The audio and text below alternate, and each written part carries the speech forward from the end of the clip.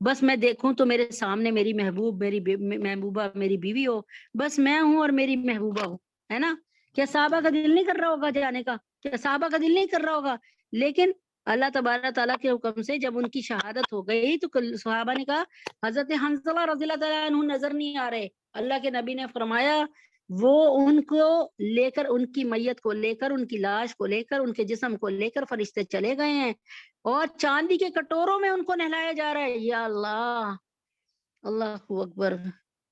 اور جب وہ آئے تو صحابہ نے ان کے، یہ نہیں کہ نبی کی بات صلی اللہ علیہ وسلم کی بات کا اعتبار نہ ہو، بس اب اور دلوں کو مطمئن کرنے کے لیے ان کے بالوں میں ہاتھ ڈال کے دیکھا تو پانی ٹپک رہا تھا، پانی لگا ہوا تھا۔ تو میری کہنے کے مطلب گیلے تھے بال، تو کہنے کا وہ غسیل الملائکہ تھے۔ میں نے کہا آپ کو کیا بتا، وہ تو غسیل الملائکہ تھے۔ اب دیکھو نا کیسی فرما برداری،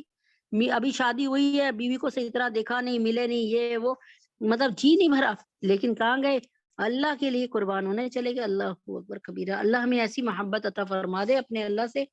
تو بات ہی ختم ہو جائے۔ پھر تو ہمیں راتوں کو اٹھ کر نمازیں پڑھنا، یقین کریں کمبخت شیطان نہیں اٹھنے دیتا رات کو۔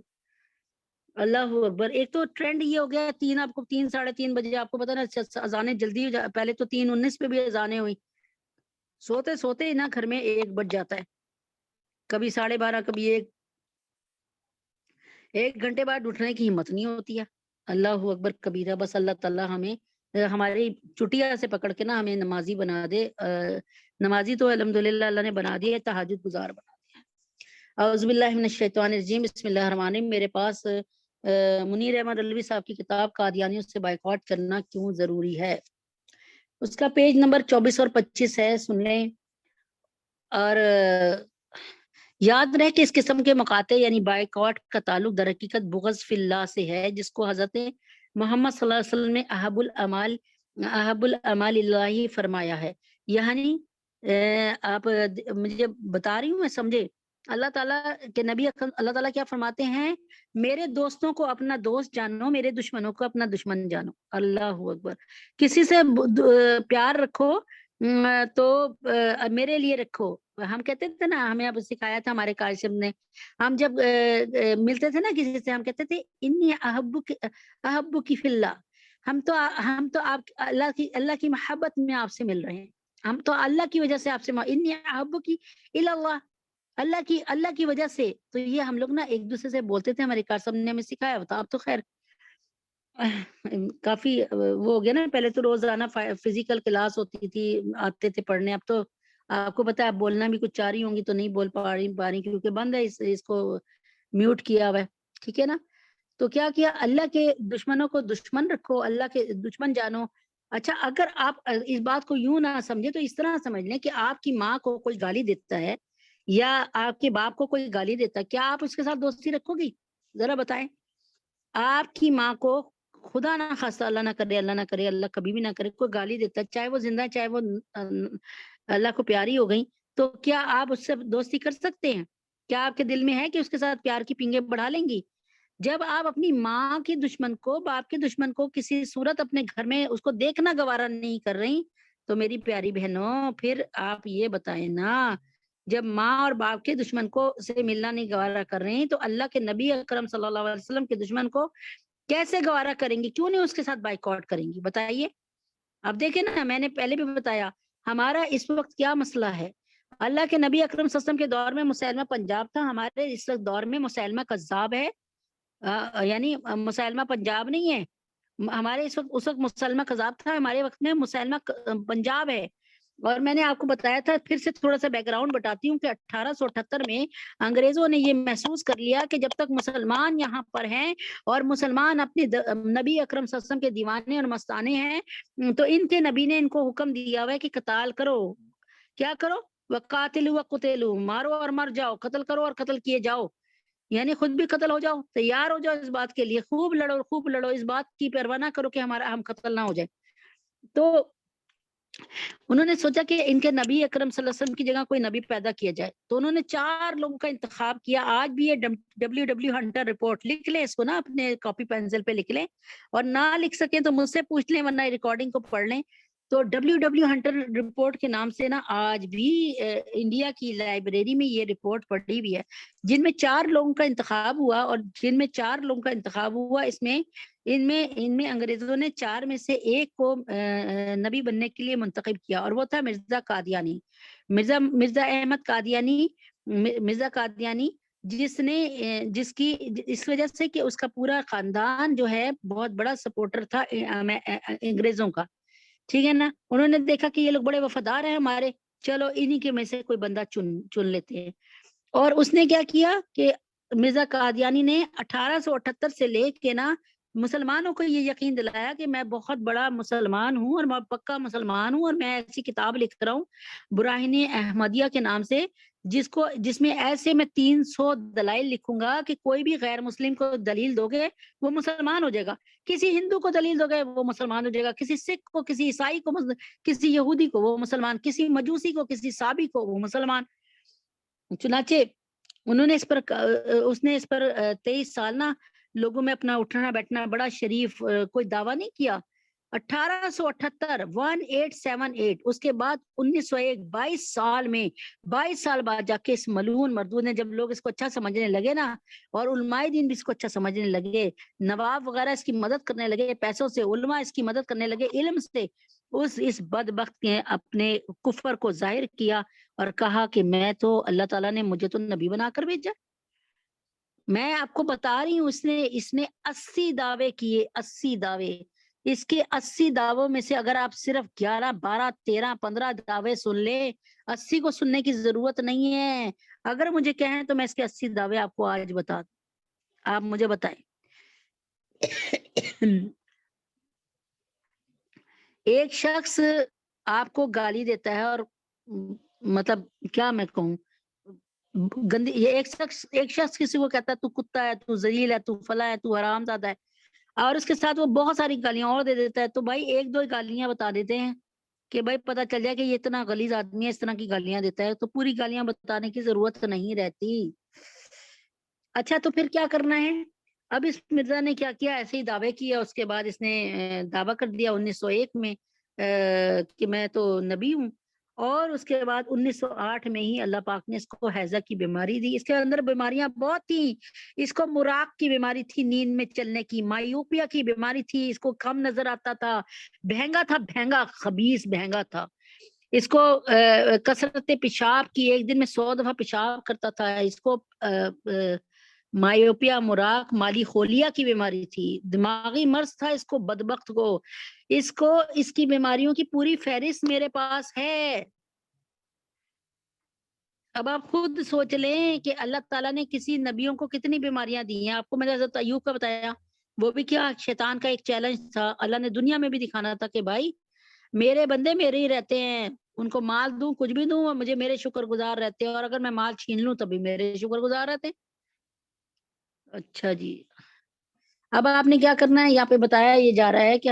یاد ہے کہ اچھا حضرت محمد صلی اللہ علیہ وسلم نے احب الاعمال اللہ فرمایا، احب الاعمال اللہ،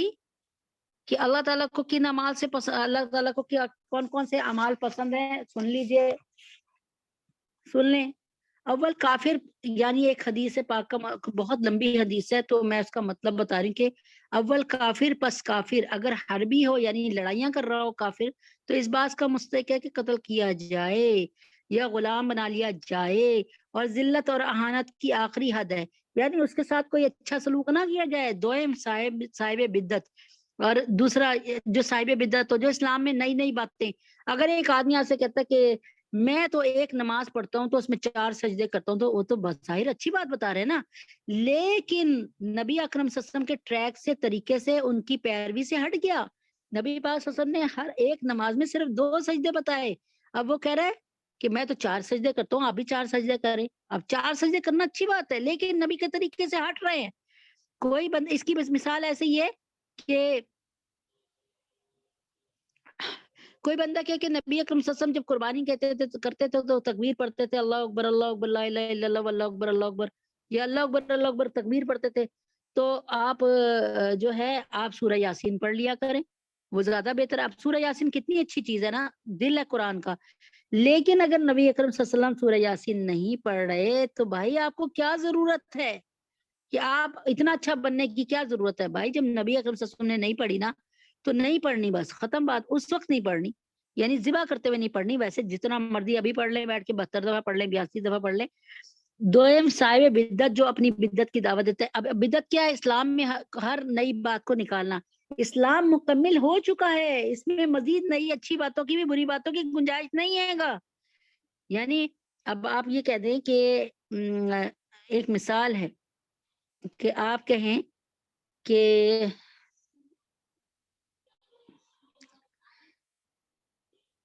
یعنی آپ کہیں کہ حضرت محمد صلی اللہ علیہ وسلم جو ہے روزے میں قبرستان جاتے تھے، ٹھیک ہے، ایک مثال اپنی طرف سے کہہ لیں کہ روزے میں قبرستان جاتے تھے۔ اب قبرستان جا کر مردوں کا فاتحہ خوانی کرنا بہت اچھی بات ہے کہ جا کے وہاں پہ پڑھ رہے ہیں اور اس کی مغفرت کے لیے دعا کر رہے ہیں، لیکن اب روزے میں اور مزید نیک عمل، یعنی کہتے ہیں نا کہ 70 ایک فرض 70 فرضوں کے اور نوافل فرضوں کے برابر ہو جاتے ہیں، اللہ نے بڑا ثواب لکھا ہے۔ لیکن یہ بات اگر نبی پاک صلی اللہ علیہ وسلم نے نہیں بتائی تو پھر آپ اپنی طرف سے گڑھ کر کیوں بتا رہے ہیں؟ مجھے بتائیں، اگر نبی پاک صلی اللہ علیہ وسلم کو بتانی ہوتی تو آپ ضرور بتاتے، یہ نہیں کہ آپ جناب صلی اللہ علیہ وسلم بھول گئے، نہیں۔ اچھا دوسری بات، اب یہ بدعت جو ہے نا اسلام میں بدعت، یقین کریں اب یہ جو بدعتیں نکل گئی ہیں نا، اب کیا کیا بتاؤں بدعتیں ایسے کہ جی علی مولا مشکل کشا کا جی وہ کرو، معجزہ پڑھو۔ اگر علی مولا مشکل کشا کا معجزہ حضرت صحابہ نے پڑھا ہو، نبی پاک صلی اللہ علیہ وسلم نے پڑھا تو ہم بھی پڑھ لیتے ہیں، جب انہوں نے نہیں پڑھا تو آپ کیوں بات کر رہے ہیں؟ جب ہمیں ایک عبادت کا طریقہ آ گیا، اب یہ کون سی عبادت ہے؟ اب یہ مزے کی ایک بات اور بتا رہی ہوں، میں نے دیکھا ہوتا ہے جی اچھا جی آج آج شب قدر کی رات ہے، آج مطلب 15 شعبان کی رات ہے، تو آپ 100 رکعت نماز پڑھیں اس ترتیب سے کہ ہر رکعت میں نا آپ 11 دفعہ سورہ قل ہو اللہ پڑھیں، اخلاص پڑھیں، اچھی بات ہے، لیکن نبی اکرم صلی اللہ علیہ وسلم نے نہیں بتائی تو کیا ضرورت ہے ہمیں کرنے کی؟ ہم نبی کا طریقہ دیکھیں۔ نبی پاک صلی اللہ علیہ وسلم نے ہمیں بتا دیا ہے کہ آپ کو جس عبادت میں آپ کا دل لگ رہا ہے نا وہ والی عبادت کریں۔ آپ کو نوافل پڑھنا اچھا لگ رہا ہے، مزہ آ رہا ہے، اس میں نوافل پڑھ لیں۔ قرآن پڑھنا اچھا لگ رہا ہے، قرآن پڑھ لیں۔ ذکر کرنا اچھا لگ رہا ہے، ذکر کر لیں، ختم بات۔ دوئم اچھا آگے، پس اگر بدعت حد کفر تک پہنچی ہے تو اس کی حالت کافر ذمہ سے بھی سختر ہے۔ یہ بدعتیں کرنے والا، اب یہ بدعت ہی ہے نا کہ بیٹھے ہوئے نبی پاک صلی اللہ علیہ وسلم کی کے لیے کیک بنا کے 12 ربیع الاول کو کیک کاٹا جا رہا ہے، ان کے لیے کیا لکھا ہے سن لیں، تو اس کی حالت کافر ذمی سے بھی سختر ہے، کیونکہ نہ اس سے جزیہ لیا جا سکتا ہے، نہ اس کو ذمی کی حیثیت دی جا سکتی۔ ذمی اس کو کہتے ہیں جو اسلامی ملک میں کوئی یعنی غیر مسلم ہو اور اس کو اسلامی وہ ہمیں جزیہ دے گا تاکہ ہمارے ملک میں وہ اس کی حفاظت کی جائے اور وہ آرام سے رہ سکے۔ اور اگر بدعت ایسی نہیں جس کی وجہ سے اس کو کافر قرار دیا جائے تو اند اللہ اس کا معاملہ کافر سے لامحالہ ہلکا ہے، مگر یعنی بدعتی جو ہے اس کا وہ اگر ایسی بدعتیں، اب دیکھیں نا کتنی بدعتیں آ رہی ہیں، میں کوئی 40-50 بدعتیں آپ کو گنوا دوں، لیکن ٹائم نہیں ہے میرے پاس۔ اچھا اب یہ کہ بھئی آپ دیکھ لینا جلوس نکالنا 12 ربیع الاول کا بدعت ہے، کیا صحابہ نے نکالا؟ دیکھیں تو صحیح، یہ بدعت ہے۔ جیسے یہ بھی بدعت ہے کہ جی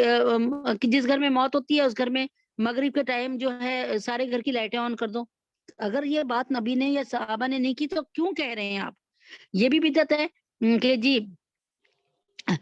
جس کے گھر میں موت ہوتی ہے تو اس کے گھر میں پھر وہ جو بہویں ہیں وہ اپنے گھروں سے سب کے سوٹ بھیجیں۔ یہ اپنی اپنی باتیں نکالی ہوئی یہ بدعتیں ہیں خدا کی۔ یا یہ کہ کفن میں سے امام کے لیے جا نماز نکال دو، بھائی کیوں نکال لو؟ کہیں نہیں لکھا، ہمارے نبی نے نہیں کیا تو وہی اب ہم نے کرنا ہے نا تو وہ بدعت ہے، ختم بات۔ اور اچھا مگر کافر کی نسبت اس پر نکی زیادہ کی جائے گی، یعنی زیادہ اس کو ڈانٹا جائے گا، زیادہ سزا دی جائے گی، کیونکہ کافر کا جو ہے کافر کو تو پتہ ہی نہیں نا کہ ہمارے اسلام کا، لیکن جس کو اسلام کو پتا ہو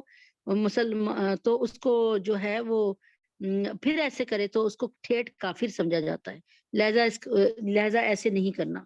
تو میرے خیال میں جو ہے وہ آپ کو بات اللہ نے سمجھا دی ہوگی انشاءاللہ العزیز، کوئی مشکل ایسی بات نہیں تھی۔ یہ کہ قادیانی آخر کافر کیوں، یہ پہلے اور ان سے بائیکاٹ کیوں کیا جائے؟ اس لیے ان کو بائیکاٹ کیا جائے کہ کسی بھی شخص کو اگر آپ رلانا ہے نا تو اس کی معاشیت کو فیل کر دیں، اس کے کاروبار کو فیل کر دیں۔ ایک بندہ ہے آپ کا دشمن ہے، ٹھیک ہے نا، اب یہ یہودی ہیں، اگر آپ سارے مل کے یہودیوں کا بائیکاٹ کر دیں کہ ہم میکڈونلڈ بھی نہیں جائیں گے، ہم KFC بھی نہیں جائیں گے، ہم نیڈو بھی نہیں استعمال کریں گے، ہم جو ہے لپٹن چائے بھی استعمال نہیں کریں گے، ہم نیسلے اور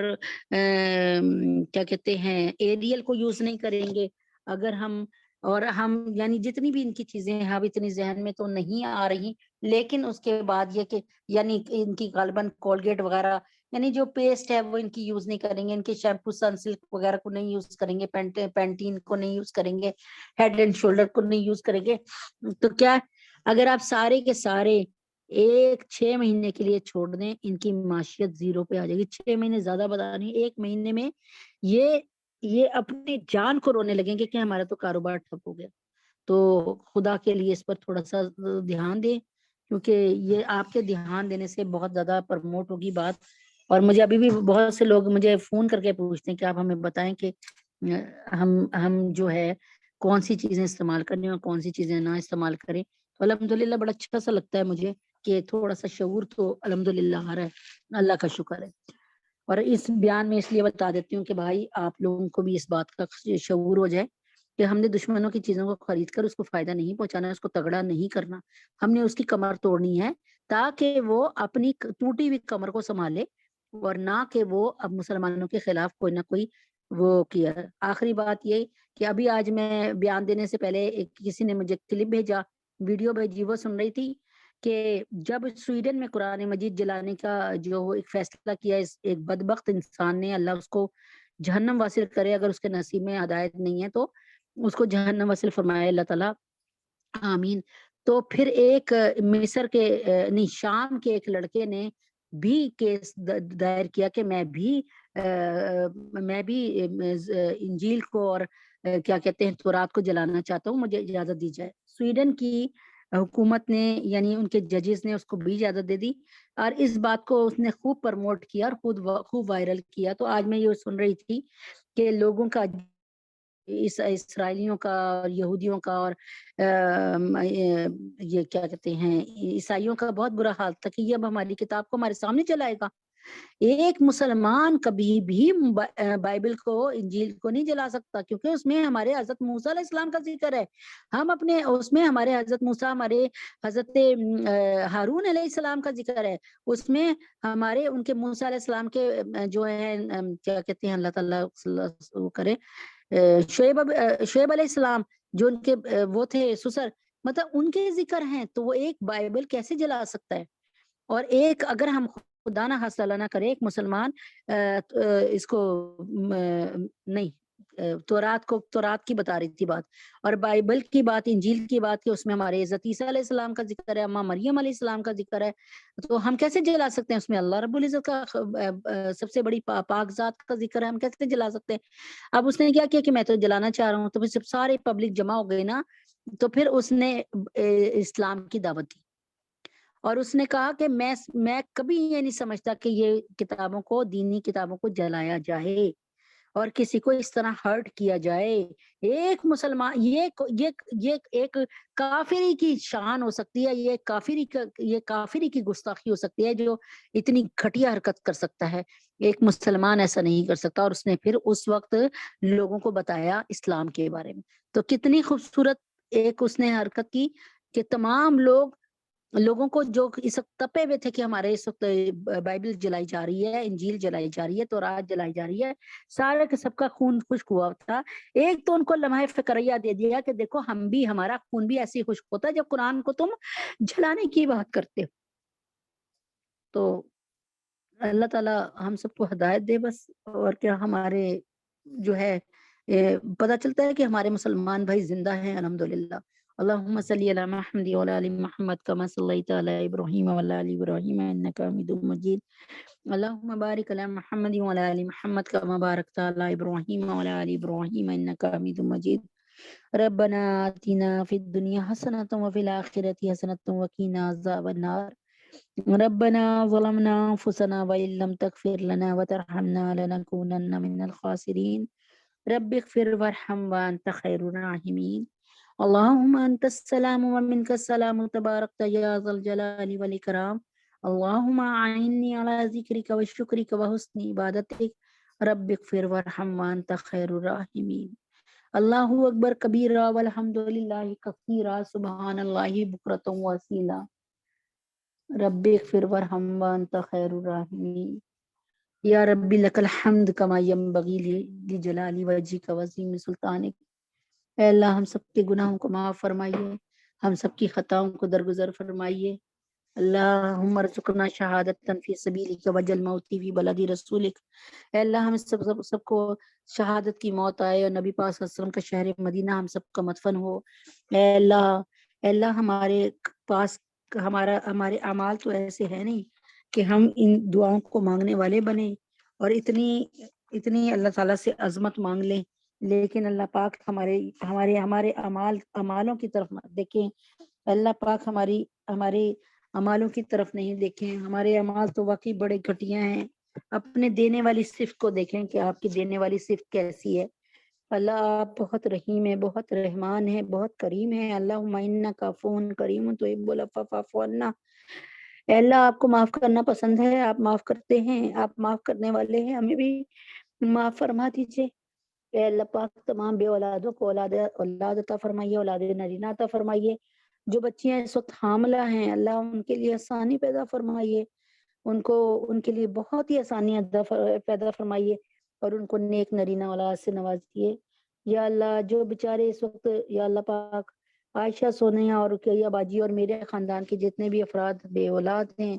اور آپ کے خاندان کے یہ جو لوگ سن رہے ہیں ان کے یا کل امت محمدیہ صلی اللہ علیہ وسلم میں جتنے بے اولاد ہیں اللہ ان کو نیک نرینہ اولاد سے نوازیے۔ یا اللہ جو بے روزگار ہیں ان کو وسیع رزق عطا فرمائیے، کریم رزق عطا فرمائیے۔ جو بے گھر ہیں، اپنا گھر نہیں ہے، کرایوں کے گھروں میں ہیں، اللہ سب کو اور ہماری اہلیہ اعظم کو بھی اپنا بہترین گھر عطا فرمائیے، اپنا گھر عطا فرمائیے۔ یا اللہ جو بیمار ہیں ان کو صحت کاملہ عاجلہ مستمرہ عطا فرمائیے۔ اللہم عذیب الباس رب الناس وشفی انت شافی لا شفاء الا شفاءک شفاء لا یغادر سقما۔ یا اللہ تجھے تیرے نبی کا واسطہ تمام علماء اسلام، علماء پاکستان، علماء ہند، اللہ علماء جہاں سب کی عزت و آبرو جان مال کی حفاظت فرمائیے اور سب کو صحت کاملہ عاجلہ مستمرہ عطا فرمائیے۔ میرے تمام جتنے بھی اساتذہ اکرام ہیں ان سب کو بھی صحت کاملہ عاجلہ مستمرہ عطا فرمائیے۔ ندیم بھائی کو صحت کاملہ عاجلہ مستمرہ عطا فرمائیے۔ حضرت جی کو یا اللہ مفتی حسن صاحب کو، مفتی تقی عثمانی صاحب کو، مولانا فضل الرحیم صاحب کو، اللہ پاک ہمارے حضرت جی کو اللہ صحت کاملہ عاجلہ مستمرہ عطا فرمائیے۔ پیر ذوالفقار نقشبندی صاحب کو، نازیہ اندلیب کو، طلحہ اور اشفاق صاحب کو، عبداللہ کو، اہلیہ حسین ان کی بہن کو، اور اللہ پاک ہماری نازیہ اندلیب کو، یا اللہ شازیہ، عیشہ اور معظم، یا اللہ ان کو سب کو صحت کاملہ عاجلہ مستمرہ ایمان کے نور کے ساتھ عطا فرمائیے۔ یا اللہ جن بچیوں کی شادیاں نہیں ہوئی ہیں اور وہ بے نکاحی بیٹھی ہیں، نکاح کی عمر ہو گئی، اے اللہ تجھے تیرے نبی کا واسطہ، رسول پاک صلی اللہ علیہ وسلم کا واسطہ، ان کی شادی بہترین اور اچھی جگہ پہ جلد ہو جائے۔ اللہ اچھے رشتوں کو چلا کر جو ان کے لیے آپ نے بہترین رشتے اللہ عطا فرمایا، جوڑ عطا فرمایا، اللہ ان کو ان کے گھر میں بھیج دیجئے۔ بچی کو بار بار دیکھنے دکھانے کی کلفت سے، پریشانی سے بچا لیجئے۔ یا اللہ دنیا میں بہت فراڈ ہے، بہت زیادہ فراڈ ہے، اللہ بہت ہی دھوکہ باز دنیا ہے اس وقت۔ اللہ ہمارے بچیوں کے لیے بہترین در اور بہترین گھر کا انتخاب فرمائیے، بہترین زوج کا انتخاب فرمائیے۔ امت محمد صلی اللہ علیہ وسلم کی ساری بیٹیوں بیٹوں کے لیے، حفصہ کے لیے، فاطمہ کے لیے، جویریہ ام حبیبہ، سدرہ سبحانہ کے لیے، حفصہ سجاد کے لیے، بینی شفیفہ مانور کے لیے، بنات سرور فخر اور عبد المتین کے لیے اللہ بہترین در، بہترین جوڑ، بہترین گھر عطا فرمائیے۔ یا اللہ پاکستان کو اسلام کا قلعہ بنا دیجئے، پاکستان کو اور تمام مسلمان ملکوں کو سیلاب سے اور جو ہے زلزلہ سے بچا لیجئے۔ اے اللہ آپ نے امت کے گناہوں کی وجہ سے عذاب نازل کیا، آپ جو گناہ کر رہے ہیں ان کو ہدایت دے دیجئے، اور ہدایت ان کی نصیب میں نہیں ہے تو ان کو جہنم واصل فرمائیے، لیکن ان کے برے کاموں کی وجہ سے اللہ تمام کے تمام امت محمدیہ صلی اللہ علیہ وسلم پہ عذاب مت نازل فرمائیے۔ اللہ اللہ بہت بہت رحمان ہے، بہت رحیم ہے۔ پچھلے سال بہت سے لوگ بہہ گئے، سوتے سوتے بہ گئے اپنے اپنے گھروں میں، اللہ بہتے ہوئے نظر آئے، اللہ پانی نے ان کو تباہ اور برباد کر دیا، ان کے گھروں کو کھا گئی، ان کی جوانیاں کھا گئے پانی۔ اللہ تجھے تیرے نبی کا واسطہ سب کچھ آپ کے حکم ربی سے ہوا، اللہ اس پر ہمارا ایمان ہے، تو سب پر رحم فرما دے، تو سب پہ کرم فرما دے، ہمارے تینوں حرم کی حفاظت فرما دیجئے، اس سال زیارت حرمین شریفین ہمارا مقدر بنا دیجئے، نبی پاک صلی اللہ علیہ وسلم کے روزے میں آنا، ان کی جنت کی کیاری میں بیٹھنا نصیب فرما دیجئے، ان سے چپکے چپکے باتیں کرنا نصیب فرما دیجئے، بیت اللہ کے سامنے بیٹھ کر زمزم پینا اور بیت اللہ کو ایک ٹک دیکھتے جانا، دیکھے جانا ہمارا مقدر بنا دیجئے، ہم سب کے گناہوں کو معاف فرمائیے، ہم سب کی خطاؤں کو درگزر فرمائیے، آمین یا رب العالمین یا رب العالمین۔ اے اللہ ہمارے بچوں کی اچھی پرورش فرما دیجئے، ہمارے بچوں کی، آنے والے بچوں کی ایسی تربیت فرمائیے جیسے آپ نے ننھے یوسف علیہ السلام کی، جیسے ننھے عیسیٰ اور جیسے ننھے محمد صلی اللہ علیہ وسلم کی تربیت فرمائی۔ میرے اللہ تجھے تیرے نبی کا واسطہ ہمارے بچوں کی ویسی ہی تربیت فرما دیجئے، ہمارے بچوں کو حضرت ابوبکر صدیق رضی اللہ عنہ کا ایمان اور عمل عطا فرما دیجئے، ہمارے بچوں کو ہمارے لیے اللہ ویس کنی رحیم اللہ جیسا بنا دیجئے، یا اللہ پاکستان سے بے حیا، تمام دنیا سے اور پاکستان سے بے حیائی اور مہنگائی کو دفعہ دور کر دیجئے، اللہ پیٹرول کو سستا کیجئے، یا اللہ بجلی کو سستا کیجئے، اللہ تجھے تیرے نبی کا واسطہ یہ جو پانی ہمارے لیے تباہی لاتا ہے اس سے بجلی بنانے کا کام فرمائیے، ہم سب کے گناہوں کو معاف فرمائیے، ہم سب کی خطاؤں کو درگزر فرمائیے، یا اللہ ہماری مینجمنٹ جو کہ ماشاءاللہ دن اور رات کام کر رہی ہے اس کو اپنی شان کے مطابق جزائے خیر عطا فرمائیے، اللہ ہماری مینجمنٹ میں سے جن بچیوں کے جو ہے مالی حالات خراب ہیں ان کے حالات صحیح کر دیجئے، جن کے بچے نافرمان ہیں ان کے بچوں کو فرما بردار بنا دیجئے، ہمارے جو بچیوں کی شادیاں نہیں ان کے لیے نیک زوج عطا فرما دیجئے، ہم سب پہ گناہوں کو، ہم سب پہ رحم فرما دیجئے، ہم سب کے گناہوں کو معاف فرما دیجئے، یا اللہ طیب اردگان صاحب اور قطر کے حکمران اور جتنے بھی نیک حکمران ہیں ان کو حفاظت فرمائیے، ان کو صحت کاملہ عاجلہ مستمرہ عطا فرمائیے، ان کو اپنے ارادوں میں پختگی عطا فرمائیے، ہم سب کے گناہوں کو معاف فرمائیے، یا اللہ خطاؤں کو درگزر فرما دیجئے، یا اللہ ہمارا بڑھاپا جوانی سے اعلیٰ ہو جائے، ہمارا آنے والا کل ہمارے آج سے بہتر ہو جائے، اور اللہ تبارک تعالی ہماری آخری آرام گاہیں ہمارے گھر سے زیادہ معطر اور وسیع اور برونق ہو جائیں، اللہ وہ تمام گناہ جن کی وجہ سے جہنم میں جانا پڑے گا ان تمام گناہوں کو